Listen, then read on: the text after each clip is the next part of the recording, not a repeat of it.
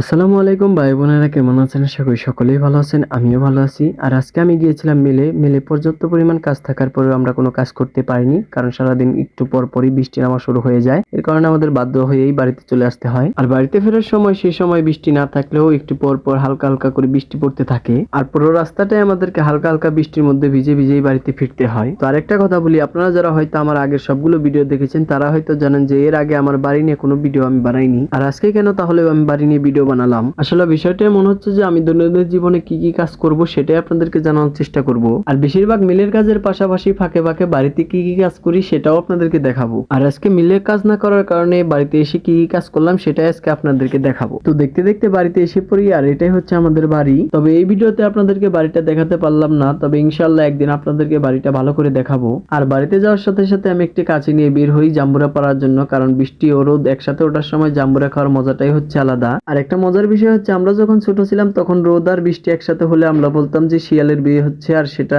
অন্যরকম একটা ফিলিংস ছিল যেটা বলার মতো না। আর আপনারা কারা কারা এরকম ভাবতেন সবাই কমেন্ট করে অবশ্যই অবশ্যই জানাবেন। আর জাম্বুরাটা পড়ার পর জাম্বুরাটা পুরো কেদার মধ্যে পড়ে যায়, এর কারণে আমি সেটাকে ভালোভাবে ধুয়ে সেটাকে কেটে আমিও খাই এবং পাশাপাশি সবাইকে দিই। আর জাম্বুরা খাওয়ার পর পরই হাত মুখ দিয়ে সেলুনের দিকে রওনা দিই চুলগুলো কাটানোর জন্য, কারণ কিছুদিন ধরে খেয়াল করেছি আমার চুলগুলো হালকা একটু বড় হয়ে গেছে। এর কারণে কিছুদিন ধরে আমি চুলগুলো কাটানোর জন্য চেষ্টা করেছি, কিন্তু সময় না পাওয়ার কারণে আমি চুলগুলো কাটতে পারিনি। তো আজকে একটু সময় পেয়েছি, এর কারণে আমি চুল কাটার জন্য আজকেই যাই। আর আমার চুলগুলো বড় হলে আমি ছোট করে ফেলি, কারণ কাজের সময় বড় চুল অনেক সমস্যা করে। আর এর কারণে আমি চুল বড় রাখি না, ছোট করে রাখি। তো দেখতে দেখতে আমি সেলুনে চলে আসি, এবং সেলুনে চলে আসার পর দেখি আরিফ কাকা আমার জন্য বসে রয়েছে, কারণ আমি বাড়ি থেকে ওনাকে ফোন দিয়ে বলেছিলাম যে আমি সেলুনে চুল কাটার জন্য আসবো। তো উনি দেখে আমার জন্য এখনো বসে রয়েছে। তো তারপর আমি তাড়াতাড়ি করে চেয়ারে বসে পড়ি এবং উনি তাড়াতাড়ি করে ওনার কাজটা শুরু করে দেয়। তো এক পর্যায়ে উনি চুলগুলো কাটা শেষ করে এবং এর পাশাপাশি দাড়িগুলো সাইজ করে দেয়। তারপর আমি দেখে নেই যে চুল কাটা ও দাড়ি সাইজ করা ভালো হয়েছে কিনা, এবং ভালো করে দেখে শুনে আমি ওনার টাকা দিয়ে আমি